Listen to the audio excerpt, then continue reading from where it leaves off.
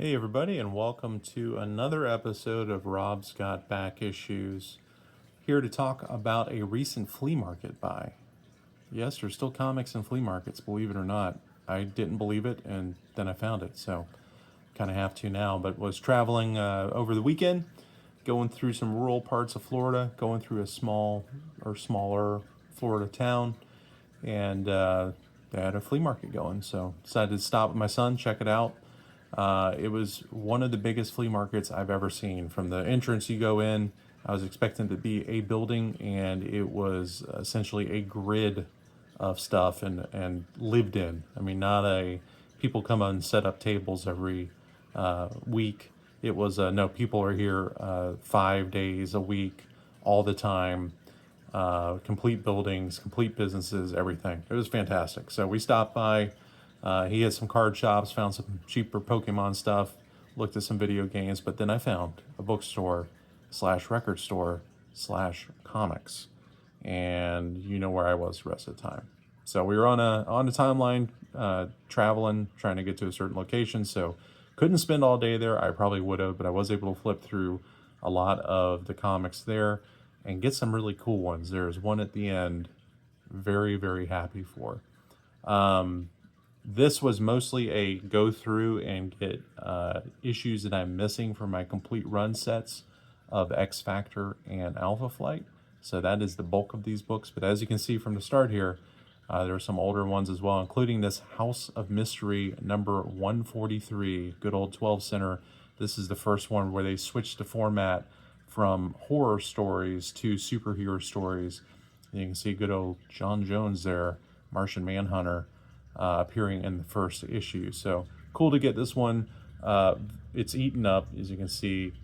Some buggies got to it, silverfish probably, and chewed up some of the cover on the edges. But the main cover is pretty intact. So this was out there for $2. Again, not going to pass it up for $2. So grab this one.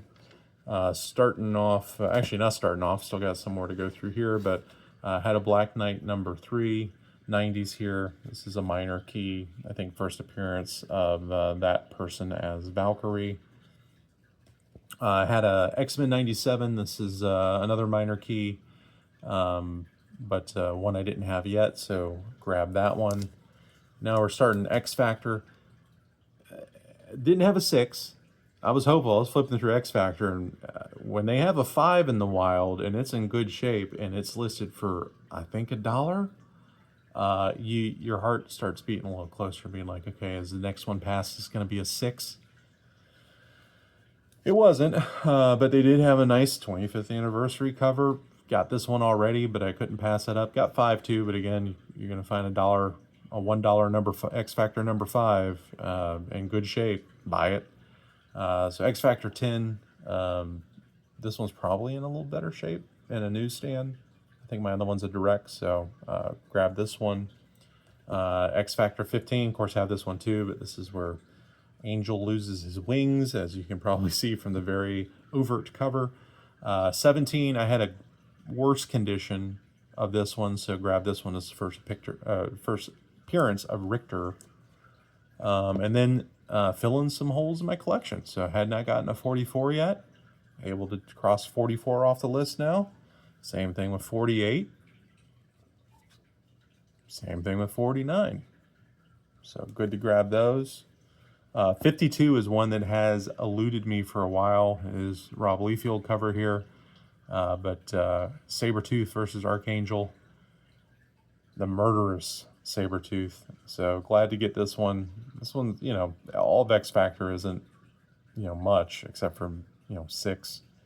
But this one's a little pricier. So, I could grab it on eBay for $10 or $15 for shipping or whatever that is. But good to find it in the bin, and it had a $2 price tag on it. 58 had this one already, but this one had better colors and in better shape than the one I had, so grabbed it. 63 was one of the few that I was missing. And then we're getting into the second team here, which means I only have issue 60 left. And then I have every issue of X Factor for the original team. So want to find that one organically.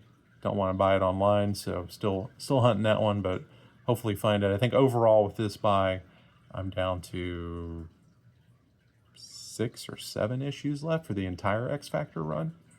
So this certainly helped with that. 81, I find this one in the dollar bins all the time, but never in good enough shape to buy.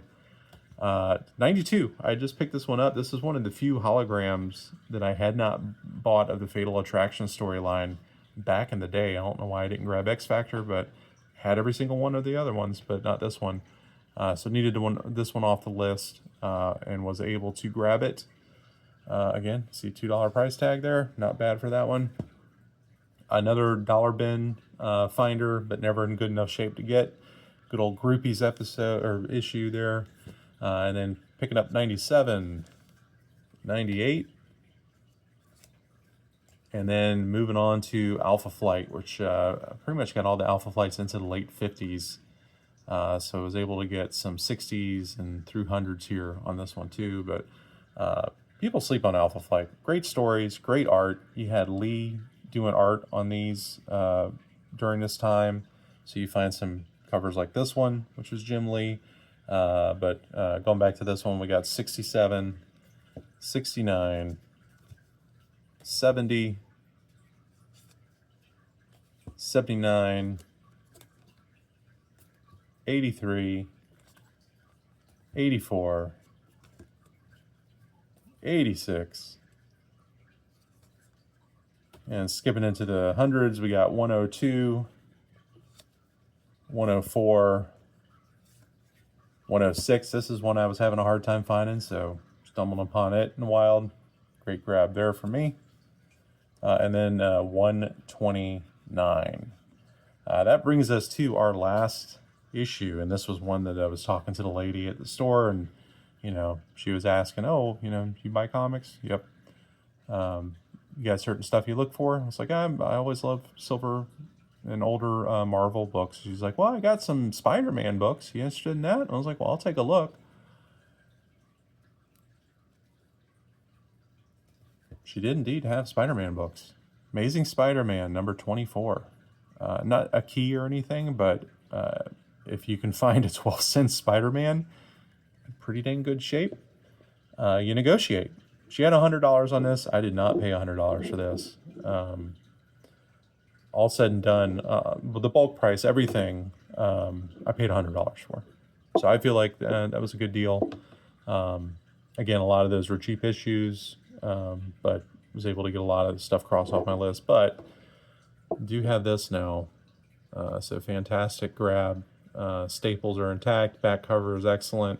It's got some age here on the side, some ticks and all, but overall, you find ASM's in that good a shape. You do it, obviously, can stand with the press. We'll get those lines out, make this even cleaner. Take a very delicate touch for getting some of these, the dry cleaning done on this, but yeah, very happy with this one. So cool to go to a flea market, just passing through, and find a whole bunch of books to buy. Hope you enjoyed the episode.